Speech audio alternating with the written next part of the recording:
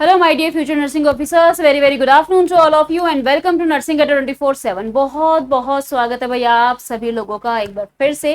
फटाफट से सेशन को ज्वाइन करो, जैसे जैसे आ रहे हो वैसे वैसे क्लास को लाइक करो और एक बार जल्दी से अपने अपने ग्रुप्स में सेशन को शेयर कर दीजिए। हाँ जी, फटाफट से सभी बच्चे सेशन को ज्वाइन कर लीजिए। भाई ये जो आपका सेशन है इसमें मैं आपको थ्योरी पढ़ाने वाली हूँ। थ्योरी में मैं आपको एक बहुत ही बढ़िया टॉपिक पढ़ाने वाली हूँ और वो है अनीमा। हम लोग इस सेशन के अंदर पढ़ने वाले हैं enema.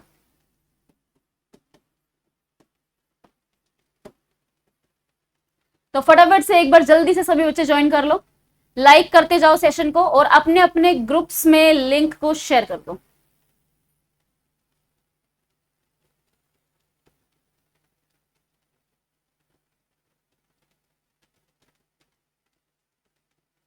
Very very good afternoon. तो चलिए स्टार्ट करते हैं भाई बिना डिले किए। तो सबसे पहले मुझे ये बताओ अनीमा क्या होता है। अनीमा होता क्या है, सबसे पहले तो मुझे ये बताओ। सबसे पहले हम डेफिनेशन की बात करेंगे। तो अनीमा होता क्या है, एक बार जल्दी से कमेंट करिए अनीमा क्या होता है। तो भाई लोअर बावल के अंदर फ्लूइड एडमिनिस्टर किया जाता है, ठीक है। अब एडमिनिस्टर किया जाता है अलग अलग पर्पस के लिए। डायग्नोसिस के लिए करते हैं, ट्रीटमेंट के लिए करते हैं, थेरेप्यूटिक पर्पस के लिए करते हैं। तो अलग अलग पर्पस के लिए अनीमा एडमिनिस्टर किया जाता है लोअर बावल के अंदर। तो इसी को हम कहते हैं अनीमा। तो डेफिनेशन लिखेंगे, it is the administration of fluid, administration of fluid in lower bowel for diagnosis.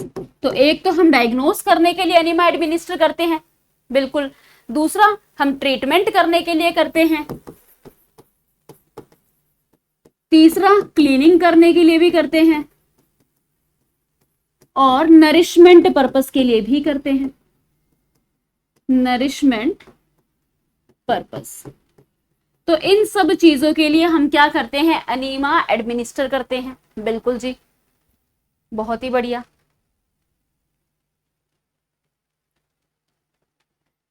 अगर मैं आपसे ये पूछूं कि भाई अनीमा जो हम एडमिनिस्टर कर रहे हैं इसका पर्पस क्या होगा, पर्पस ऑफ अनीमा, तो वही तो होगा जो मैंने ऊपर लिखा है। भाई जो हम अनीमा एडमिनिस्टर कर रहे हैं उसका पर्पस क्या होगा, भाई डायग्नोस करने के लिए कर रहे हैं, यानी कि निदान करने के लिए। ट्रीटमेंट के लिए कर रहे हैं यानी कि उपचार के लिए। क्लीनिंग के लिए कर रहे हैं यानी कि सफाई के लिए। और नरिशमेंट के लिए कर रहे हैं यानी कि पोषण के लिए। भाई इसी चीज के लिए तो हम अनीमा एडमिनिस्टर कर रहे हैं। तो अनीमा का पर्पस क्या है, भाई सबसे पहले डायग्नोस्टिक इवेल्युएशन के लिए कर रहे हैं। सबसे पहला पर्पस है डायग्नोस्टिक इवेल्युएशन। अब डायग्नोसिस के लिए हम कौन सा अनीमा एडमिनिस्टर करते हैं, डायग्नोसिस के लिए कौन सा अनीमा एडमिनिस्टर किया जाता है, बताओ, करो आंसर।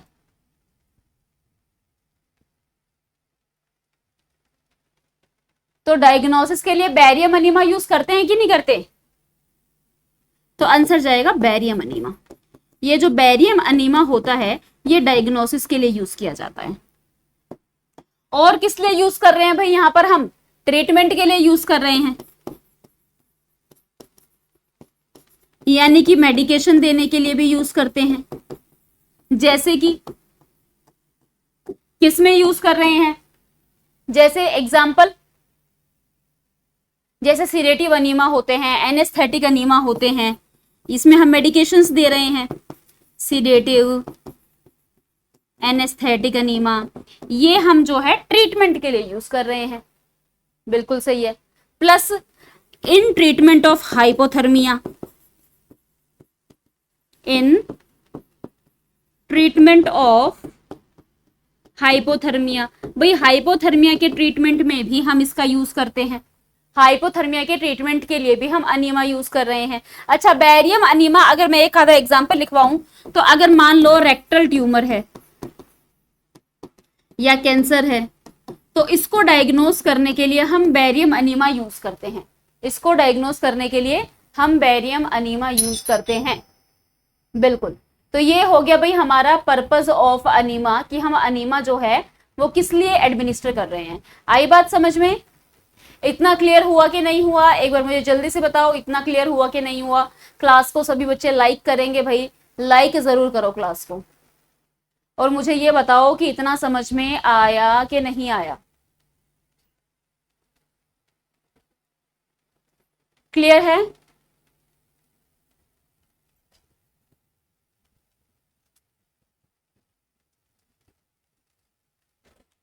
बहुत ही बढ़िया। तो भाई डायग्नोसिस के लिए हम यूज कर रहे हैं, हम ट्रीटमेंट के लिए यूज कर रहे हैं। दो वर्ड यहां पर और लिखे हैं, क्लीनिंग और नरिशमेंट, यानी कि जो हम इसका इस्तेमाल है वो हम नरिशमेंट के लिए भी कर रहे हैं। तो नरिशमेंट के लिए कौन सा अनीमा यूज किया जा रहा है, और अपना क्लीनिंग के लिए कौन सा अनीमा यूज किया जा रहा है? दोनों के ही एग्जाम्पल इंपॉर्टेंट है। नरिशमेंट के लिए भाई हमारा तुमने सुना होगा न्यूट्रिशनल एनीमा एडमिनिस्टर किया जाता है, टू एडमिनिस्टर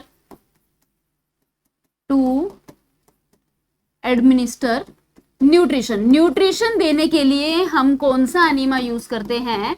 तो हम न्यूट्रिशनल अनीमा यूज करते हैं, न्यूट्रिशनल अनीमा यूज करते हैं। बिल्कुल सही है। और क्लीनिंग, जैसे सर्जरी से पहले अनीमा देके बावल को क्लीन किया जाता है ना, या फिर कॉन्स्टिपेशन के केस में अनीमा दिया जाता है। तो भाई ये सारे के सारे क्या है? ये सारे के सारे अनीमा का पर्पस है। एक और आता है कार्बिनेटिव अनीमा। अगर गैस हो रखी है तो उसको रिलीव करने के लिए कार्बिनेटिव अनीमा देते हैं, टू रिलीव फ्लेटस को रिमूव करने के लिए कौन सा अनीमा देते हैं? कार्बिनेटिव अनीमा देते हैं। तो ये भाई सारे अनीमाज हैं, इसके पर्पस मैंने आपको बताए हैं कि किस किस के लिए हम अनीमा दे रहे हैं। इतना क्लियर हुआ कि नहीं हुआ? एक बार मुझे जल्दी से कमेंट करो, इतना क्लियर हुआ कि नहीं हुआ? हमने यहाँ पे पर्पस पढ़ लिए हैं। सबसे पहले मैंने आपको डेफिनेशन पढ़ाई थी, उसके अलावा मैंने आपको पर्पस बता दिए। अब इसके बाद में एक क्वेश्चन आता है कॉन्ट्रा इंडिकेशन के ऊपर भी, कौन कौन से केस में हम अनीमा एडमिनिस्टर नहीं करते। कॉन्ट्रा इंडिकेशन क्या होती है? कॉन्ट्रा इंडिकेशन ऑफ अनीमा, कौन कौन से केस में हम अनीमा एडमिनिस्टर नहीं करेंगे? बताओ भाई, करिए कमेंट। कौन कौन से केस में हम अनीमा एडमिनिस्टर नहीं करते हैं?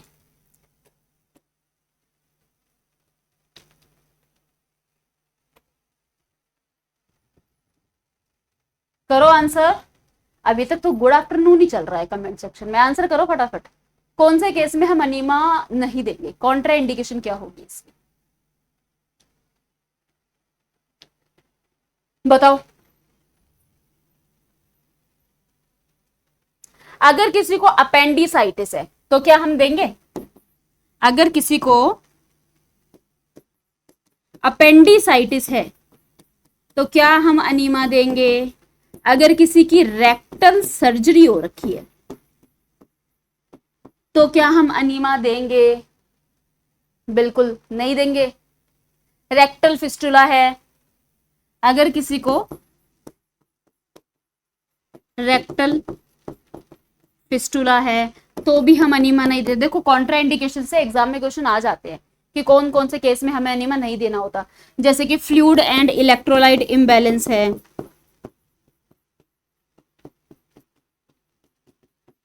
एसिड बेस इम्बैलेंस है,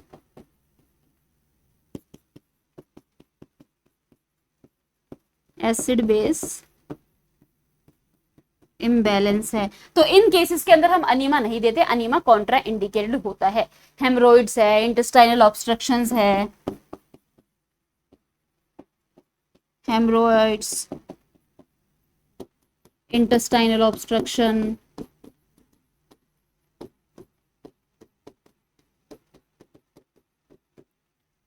ठीक है, तो इन केसेस के अंदर हम अनीमा नहीं देते हैं। क्लियर है सबको? क्लियर है? चलो, अब आता है भाई एक बहुत ही important topic, types of enema. सबसे इंपॉर्टेंट है टाइप्स ऑफ अनीमा, कि कितने टाइप्स है अनीमा के। तो नेक्स्ट हमारे पास में आता है classification of enema. Classification of enema. भाई कितने टाइप का अनीमा होता है? तो भाई अनीमा होता है 3 प्रकार का। कौन कौन सा होता है भाई? 3 प्रकार का अनीमा होता है। इवैक्वेंट अनीमा,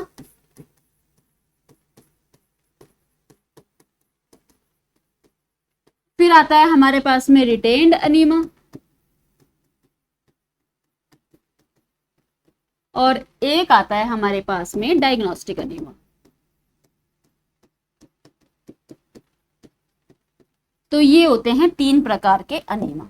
अब इनके अंदर फिर बहुत बड़ी क्लासिफिकेशन है, जैसे जैसे इनके नाम है उनके हिसाब से ही आपको समझ में आ जाएगा कि वो जो अनीमा है वो हम किस लिए दे रहे हैं। ठीक है, चलो, तो सबसे पहले हम बात करते हैं इवैक्यूएंट अनीमा की। इवैक्यूएंट अनीमा जो है ये आगे फर्दर डिवाइड है 3 प्रकार के अंदर, ये आगे फर्दर डिवाइड है। कौन कौन से हैं? Simple evacuant, medicated and cold. Simple evacuant enema, फिर आता है मेडिकेटेड अनीमा, और एक आता है कोल्ड अनीमा। अब बाकी सब ठीक है, ये जो मेडिकेटेड अनीमा है इसके आगे फर्दर और टाइप्स है। अब वो कौन कौन से टाइप्स हैं? तो इसको याद करने का एक निमोनिक है, जिससे कि आप इसको बहुत ही आराम से याद कर पाओगे। तो इसको याद करने का ना एक निमोनिक है,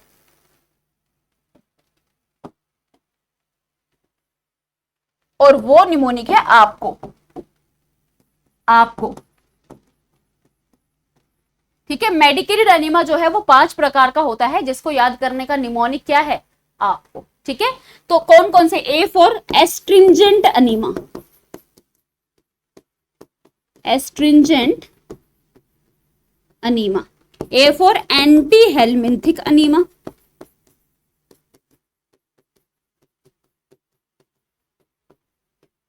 P for purgative enema, C for carminative enema,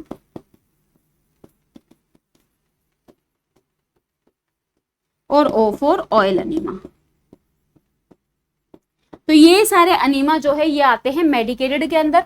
फिर ये जो रिटेन्ड अनीमा है इसके भी आगे फर्दर टाइप्स हैं, और इसको भी याद करने का एक निमोनिक है, और वो है सेंसा, SENSA, सेंसा।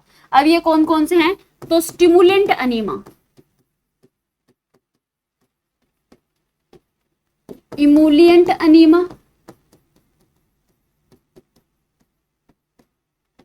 Nutritional enema,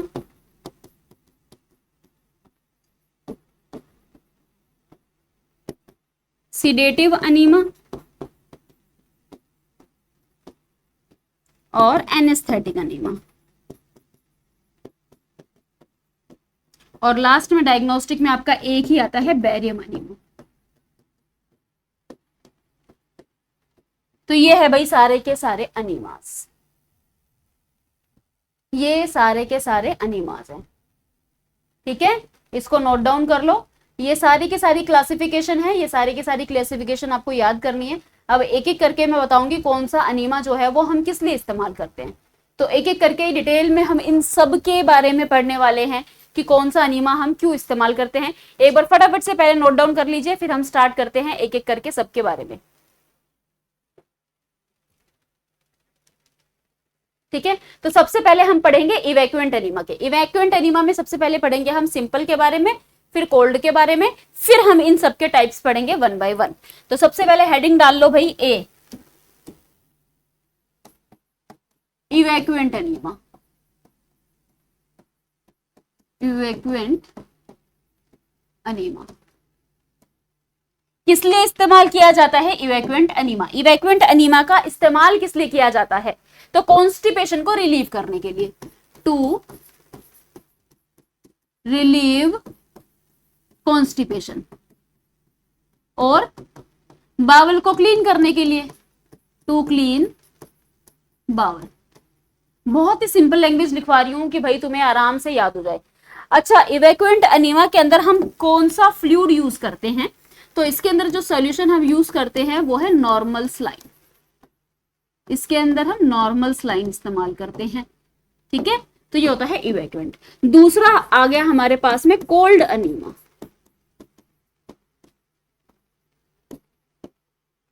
cold enema किस लिए इस्तेमाल किया जाता है? कोल्ड अनीमा अगर हाइपर पायरेक्सिया है, हीट स्ट्रोक है, हाइपरथर्मिया है, यूज इन हाइपर पायरेक्सिया यानी कि टेम्परेचर बहुत ज्यादा है, बहुत तेज बुखार है, यूज इन हीट स्ट्रोक अगर लू लग गई है, या फिर उसका हाइपरथर्मिया यानी कि टेम्परेचर 105 या 105 से ज्यादा चला गया है, 105 डिग्री फ़ारेनहाइट से ज्यादा चला गया, तो उस केस में हम कोल्ड अनीमा यूज करते हैं। अब इसके अंदर हमें एडमिनिस्टर क्या करना होता है? हम इसमें सॉल्यूशन कौन सा यूज करेंगे? कोल्ड अनीमा के अंदर कोल्ड स्लाइन या कोल्ड वाटर यूज किया जाता है। एडमिनिस्ट्रेशन ऑफ कोल्ड स्लाइन या फिर कोल्ड वाटर का इसमें हम इस्तेमाल करते हैं। आई बात समझ में? टेम्परेचर कितना होना चाहिए भाई, कितना कोल्ड होना चाहिए? तो 65 डिग्री फ़ारेनहाइट से 85 डिग्री फ़ारेनहाइट का टेम्परेचर जो है वो हम लोग यूज करते हैं कोल्ड अनीमा के अंदर। तो ये है भाई आपके दो प्रकार के अनीमा। इवैक्यूएंट अनीमा जो है वो हम कॉन्स्टिपेशन को रिलीव करने के लिए और बाउल को क्लीन करने के लिए यूज करते हैं।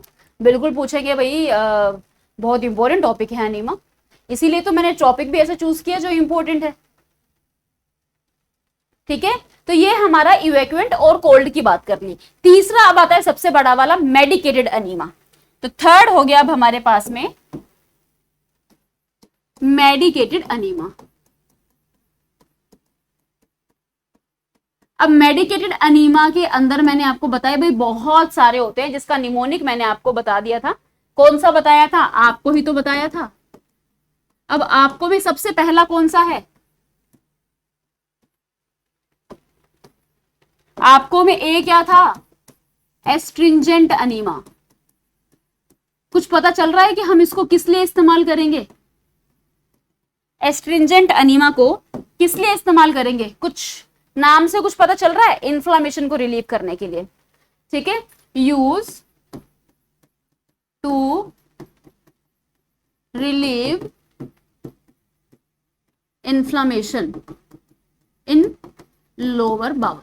अगर इन्फ्लामेशन हो गई है बाउल में तो उसको रिलीव करने के लिए हम यूज करते हैं कौन सा enema? Astringent enema. Plus to decrease mucus discharge, mucus discharge को भी डिक्रीज करते हैं इससे हम। बिल्कुल। अब अगर मान लो कोई ब्लीडिंग वगैरह हो रखी हो तो उसमें भी इसका यूज किया जाता है। तो ये करता क्या है? ये ब्लड वेसल्स को कॉन्ट्रैक्ट करेगा, कॉन्ट्रैक्ट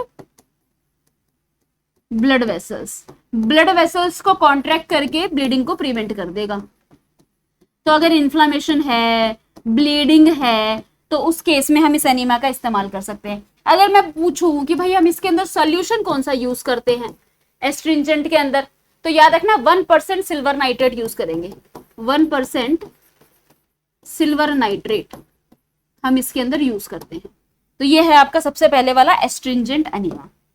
दूसरा आपके पास में आ गया anti helminthic enema. Anti helminthic enema. अच्छा, एंटी हेलमिंथिक को हम एंटी पैरासाइटिक अनीमा भी बोलते हैं। अब नाम से कुछ पता लग रहा है किस लिए इस्तेमाल करेंगे?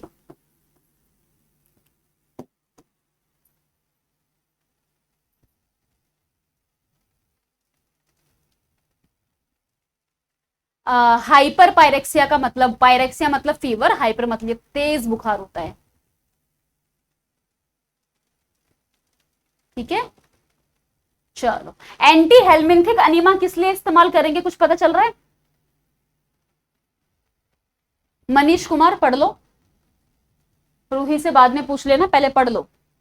एंटी हेलमिंथिक या फिर एंटी पैरासाइटिक अनीमा, अगर इंटेस्टाइन में पैरासाइट या वर्म हो गए हैं तो उनको डिस्ट्रॉय करने के लिए, use to destroy intestinal parasites and worms. अगर इंटेस्टाइन के अंदर पैरासाइट्स हो गए हैं, वर्म्स हो गए हैं, उनको मारने के लिए यूज किया जाता है। अब इसके अंदर हम कौन सा सोल्यूशन यूज करेंगे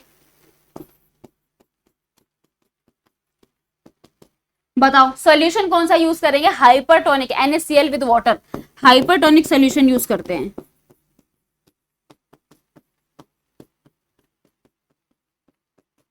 जिसमें NaCl यूज करेंगे वाटर के साथ में।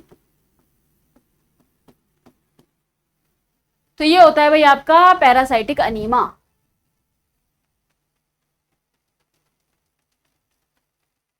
इवैक्यूएंट अनीमा की तो सारी क्लासिफिकेशंस हैं, इवैक्यूएंट अनीमा के अंदर ये सारे आते हैं। बाकी हाँ, काम वही है कॉन्स्टिपेशन को रिलीव करने का, बाकी उसकी क्लासिफिकेशन है, उसके अंदर ये सारे आते हैं। ठीक है, तो सेकंड हो गया हमारा एंटी हेलमिंथिक अनीमा। थर्ड कौन सा है अब? Purgative enema. थर्ड है हमारा परगेटिव अनीमा। अब परगेटिव अनीमा का इस्तेमाल किस लिए किया जाता है? तो याद रखना, P for purgative, P for peristalsis. तो पेरिस्टालसिस इंड्यूस कराने के लिए यूज करते हैं। पेरिस्टालसिस का मतलब होता है फॉरवर्ड मूवमेंट, जो फिकल मटेरियल है उसकी फॉरवर्ड मूवमेंट, उसके आगे मूवमेंट कराने के लिए। क्योंकि कॉन्स्टिपेशन में क्या होता है कि जो फिकल मैटर है वो आगे मूव नहीं कर रहा है, एक जगह स्टक हो गया है, तो उसको आगे मूव कराने के लिए हम परगेटिव अनीमा यूज करते हैं। उसको आगे मूव कराने के लिए हम कौन सा अनीमा यूज करते हैं? परगेटिव अनीमा यूज करते हैं, to increase peristaltic movement.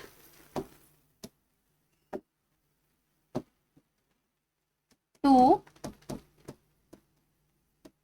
Increase peristalsis movement, peristalsis movement को बढ़ाने के लिए हम इसका यूज करेंगे। तो यूज करेंगे क्या इसके अंदर हम? तो इसके अंदर हम यूज करते हैं ग्लिसरीन। इसके अंदर हम ग्लिसरीन यूज करेंगे, ठीक है, और उसके साथ में कैस्ट्रोल यूज किया जाता है। दोनों बराबर बराबर यूज करते हैं, 1:1, दोनों बराबर। अगर मान लो इन्फेंट या फिर न्योनेट है तो उसमें कैस्ट्रोल यूज नहीं करते, तो फिर क्या यूज करेंगे इन्फेंट या न्योनेट में? तो उसमें ग्लिसरीन के साथ में वाटर यूज कर सकते हैं। अब कितना कितना यूज करना होता है? तो वाटर डबल होना चाहिए, जितना ग्लिसरीन है वाटर उससे डबल यूज करते हैं। ठीक है, नेक्स्ट आता है हमारे पास में कार्मिनेटिव अनीमा। कार्मिनेटिव अनीमा, इसी को ही हम एंटीस्पाज्मोटिक अनीमा भी बोलते हैं।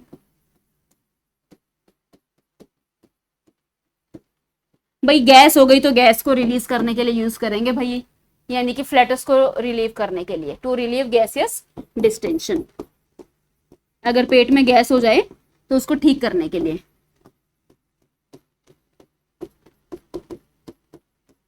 ठीक है, ये अपन लिख सकते हैं टू रिमूव फ्लैटस। फ्लैटस का मतलब भी गैस ही होता है। अब वही इंपॉर्टेंट चीज, एडमिनिस्टर क्या करेंगे भाई? इसमें हम यूज करते हैं टर्पेंटाइन ऑयल। टर्पेंटाइन ऑयल ये यूज करते हैं हम इसके अंदर। ठीक है, अब एक लास्ट और रह गया हमारे पास में, ऑयल अनीमा। एक लास्ट और रह गया है हमारे पास में, एक बार लिख लो फटाफट से, फिर जो एक लास्ट रह गया है वो वाला भी कर लेते हैं। क्लास हमारी जो है काफी, आधा घंटा हो गया है क्लास चलते हुए।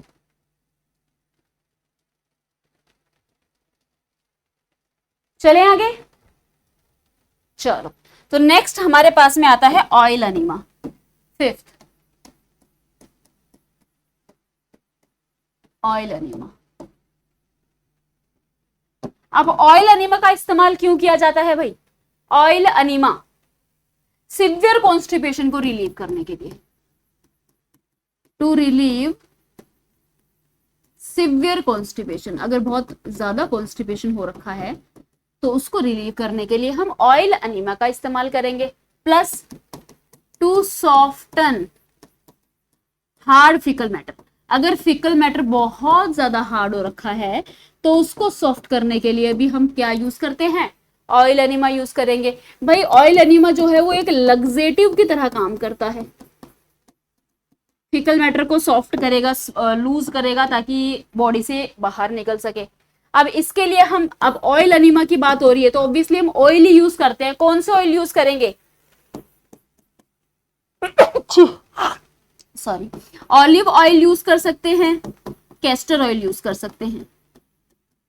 ये दोनों ऑयल जो है वो हम इसमें यूज कर सकते हैं और होल्डिंग टाइम इसका 1 से 2 घंटे का होता है। 1 से 2 घंटे तक होल्ड करके रखना होता है। तो ये होता है भाई हमारा ऑयल अनीमा, और इसी के साथ में इवैक्यूएंट अनीमा जो है वो हमारे कंप्लीट हो गए हैं।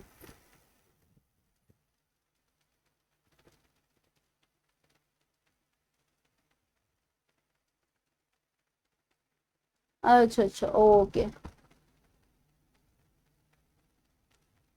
Okay okay. तो इवैक्यूएंट अनीमा जो है वो हमारा यहाँ पर कंप्लीट हो गया है। अब अगला टाइप हमारे पास में कौन सा आता है, अगला हमारे पास में आता है रिटेंशन अनीमा। इवैक्यूएंट कंप्लीट हो गया भाई हमारा यहाँ पे, ठीक है। अगला आ गया रिटेन्ड अनीमा, सेकंड। अब रिटेन्ड अनीमा का निमोनिक भी मैंने आपको बताया था, सेंसा। तो सबसे पहले आता है स्टिमुलेंट अनीमा।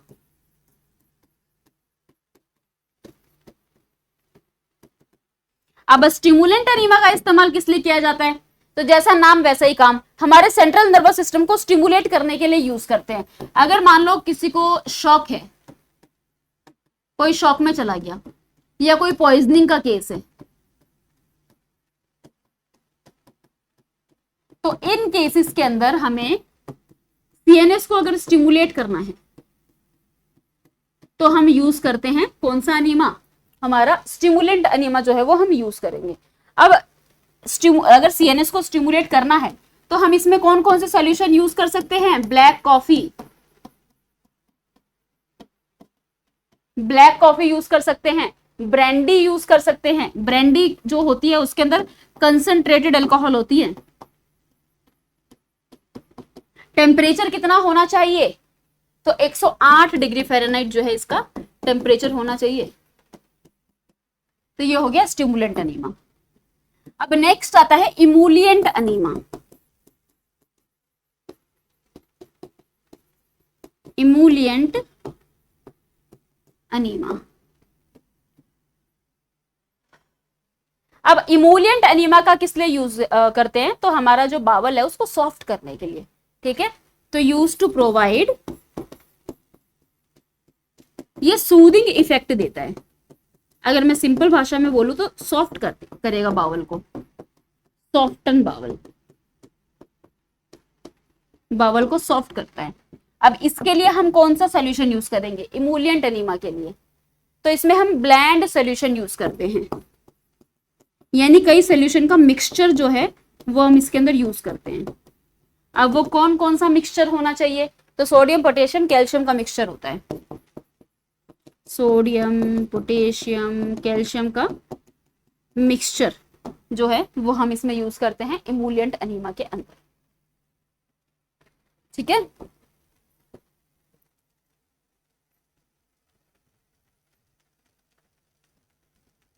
बिल्कुल। अब नेक्स्ट हमारे पास में आया न्यूट्रिशनल अनीमा। अब न्यूट्रिशनल अनीमा किस लिए देते हैं भाई, न्यूट्रिशनल अनीमा जो है वो न्यूट्रिशन के लिए ही देंगे, है ना। तो नेक्स्ट हमारे पास में आ जाता है न्यूट्रिशनल अनीमा। तो न्यूट्रिशनल अनीमा किस लिए दे रहे हैं, न्यूट्रिशन के लिए। अगर मान लो हमारा जो अपर जीआई है वो इम्प्रॉपर फंक्शन कर रहा है, जिसकी वजह से फूड प्रॉपरली एब्जॉर्ब नहीं हुआ, ठीक है। तो in case of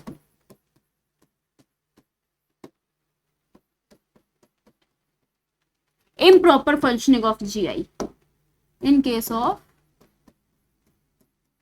improper functioning of GI, यानी गैस्ट्रो इंटेस्टाइनल ट्रैक, हमारा जो गैस्ट्रो इंटेस्टाइनल ट्रैक है अगर वो प्रॉपरली फंक्शन नहीं कर रहा तो उस केस में हम ये वाला अनीमा जो है वो दे सकते हैं, न्यूट्रिशनल अनीमा दे सकते हैं, यानी कि न्यूट्रिशन देने के लिए, टू गिव न्यूट्रिशन, न्यूट्रिशन देने के लिए हम ये अनीमा जो है इसका इस्तेमाल करेंगे। अब ये हम उसमें देते हैं अगर आईवी लगाना पॉसिबल नहीं है, patient in which IV is not possible, वरना तो हम आईवी के द्वारा भी तो दे सकते हैं, अनीमा लगाने की कहां जरूरत है। लेकिन वो पेशेंट जिनके अंदर आईवी पॉसिबल नहीं है उन केस के अंदर हम न्यूट्रिशनल अनीमा जो है वो देते हैं। एक दिन में 4 से 6 बार देना होता है, इसकी जो फ्रीक्वेंसी होती है वो कितनी होती है, 4 to 6 टाइम्स अ डे। तो एक दिन में हमें 4 से 6 बार देना होता है। अब न्यूट्रिएंट की जहां तक बात है यार, वो डिपेंड करेगा पेशेंट के ऊपर कि हमें कितने क्या क्या न्यूट्रिएंट्स देने हैं। तो न्यूट्रिएंट्स में हम लोग डेक्सट्रोज देते हैं इसके अंदर, है ना, और क्या देंगे, peptide milk, pasteurised milk, peptide milk, pasteurised milk, ये सारी चीजें हम इसमें देते हैं। अब उसके बाद में आता है हमारे पास में सेंसा, सिडेटिव अनीमा। भाई ये हम देते हैं सिडेशन के लिए, अगर हमें सिडेटिव इफेक्ट लाना है तो उसके लिए, तो टू प्रोड्यूस सिडेशन। तो सिडेशन प्रोड्यूस करने के लिए हम देते हैं कौन सा अनीमा, सिडेटिव अनीमा। अब इसमें हम यूज करते हैं पोटेशियम ब्रोमाइड, इसके अंदर क्या यूज करेंगे, पोटेशियम ब्रोमाइड। जितने भी अनीमा है उनके नाम और उनके अंदर हम कौन कौन से सोल्यूशन यूज करते हैं ये बहुत जरूरी है। लेकिन पोटेशियम ब्रोमाइड जो है ये कैंसर कोज करता है, इसलिए आजकल हम इसका यूज करते नहीं है, ठीक है, it can cause cancer,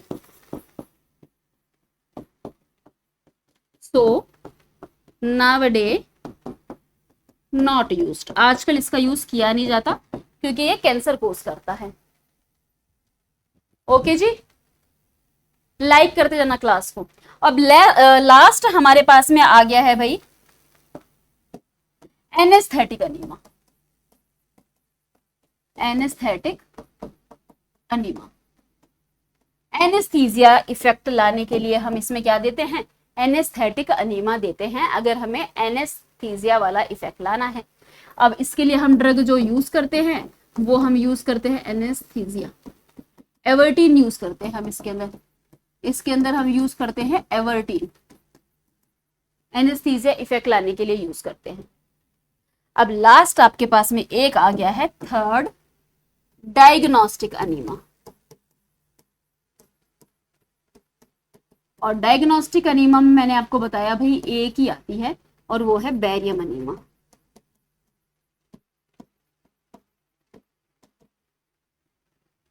barium enema diagnosis करने के लिए, जैसे रेक्टल ट्यूमर वगैरह है तो डायग्नोस करने के लिए यूज करते हैं। इसमें हम बैरियम सोडियम सल्फेट एडमिनिस्टर करते हैं, एडमिनिस्ट्रेशन ऑफ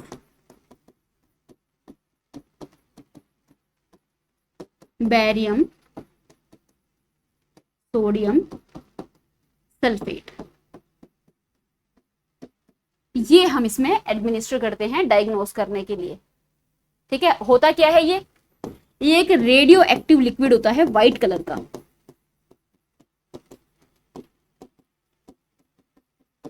ये एडमिनिस्टर करते हैं हम, रेक्टल ट्यूमर है या रेक्टल कैंसर है उसके लिए।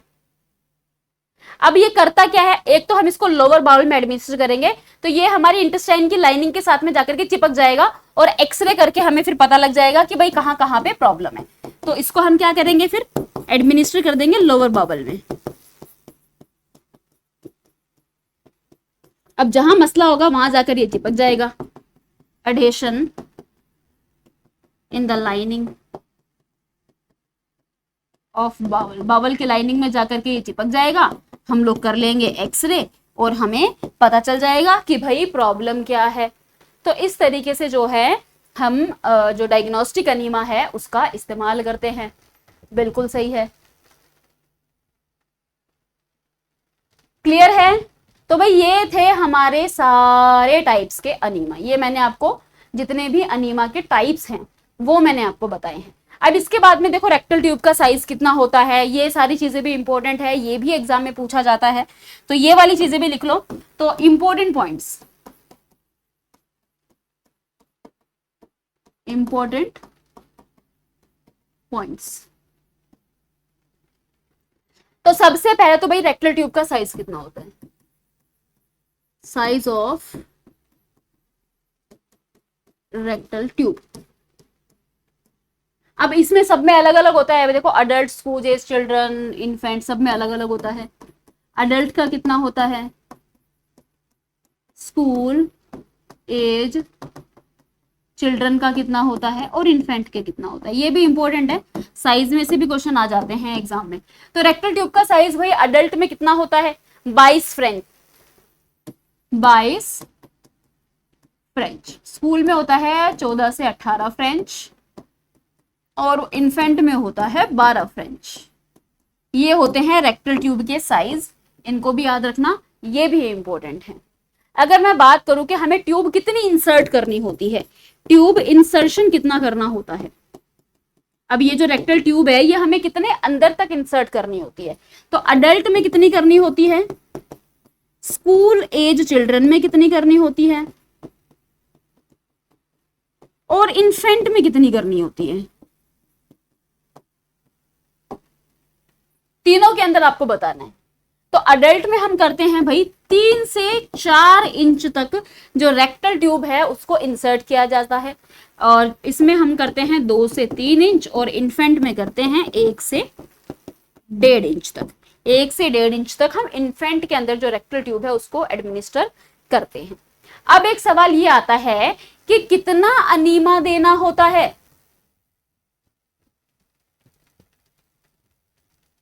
कितना अनीमा है जो हमें एडमिनिस्टर करना होता है, अमाउंट कितना एडमिनिस्टर करना होता है। यहां से भी क्वेश्चंस बनते हैं एग्जाम में कि अनीमा में हमने ये तो पढ़ लिया फ्लूइड देना है, पर कितना देना है, उसका अमाउंट कितना होना चाहिए। तो भाई जो रिटेन्ड अनीमा होता है, जिसके अंदर आपके सारे टाइप्स आ जाएंगे, जो भी मैंने आपको टाइप्स पढ़ाए सारे के सारे आ जाएंगे, 100 से 150 ml फ्लूइड देना होता है, 100 से 150 ml। और जो इवैक्यूएंट अनीमा होता है इसमें भी सारे टाइप्स आ जाएंगे, इसमें आपको वाले जो इवैक्यूएंट अनीमा होता है ये हमें अडल्ट, चाइल्ड और इन्फेंट में अलग अलग अमाउंट होता है, अडल्ट, चाइल्ड और इन्फेंट में अलग अलग। तो अब अडल्ट में कितना देते हैं, तो 500 से 1000 ml, और फिर 250 से 500 ml, और लेस देन 250 ml, ये हम इस्तेमाल करते हैं इवैक्यूएंट अनीमा के अंदर फ्लूइड। अब एक बहुत इंपॉर्टेंट क्वेश्चन, भाई पोजीशन कौन सी देंगे, भाई अनीमा में हम पोजीशन कौन सी देते हैं जब हमें अनीमा एडमिनिस्टर करना होता है, तो लेफ्ट लेटरल या फिर सिम्स पोजीशन जिसको हम बोलते हैं। तो या तो आप लेफ्ट लेटरल पोजीशन दे सकते हो, ज्यादातर आपको क्वेश्चन में सिम्स पोजीशन ही मिलेगा, तो आप दे सकते हो सिम्स पोजीशन। बस एक चीज याद रखना पोजीशन के टाइम पर, जो आपका रिटेन्ड अनीमा होता है और जो इवैक्यूएंट अनीमा होता है, नोट डाल के लिखना, इवैक्यूएंट के अंदर और रिटेन्ड के अंदर पोजीशन में बस एक चीज थोड़ी सी याद रखनी है। अब वो क्या है, तो भाई देखो रिटेन्ड अनीमा के अंदर फुट एंड को आपको एलिवेट यानी ऊपर करके रखना है ताकि अनीमा बाहर ना आए, तो फुट एंड एलिवेटेड रखना है। इसमें हमें फुट एंड को फ्लैट रखना है। इवैक्यूएंट में फुट एंड को फ्लैट रखना है, लेकिन रिटेन्ड में फुट एंड को हमें एलिवेट करके रखना होता है। आई बात समझ में? बिल्कुल। अब एक लास्ट टॉपिक रह गया, हाइट ऑफ अनीमा कैन। भाई अनीमा कैन की हाइट कितनी होती है, अनीमा कैन की हाइट कितनी होती है।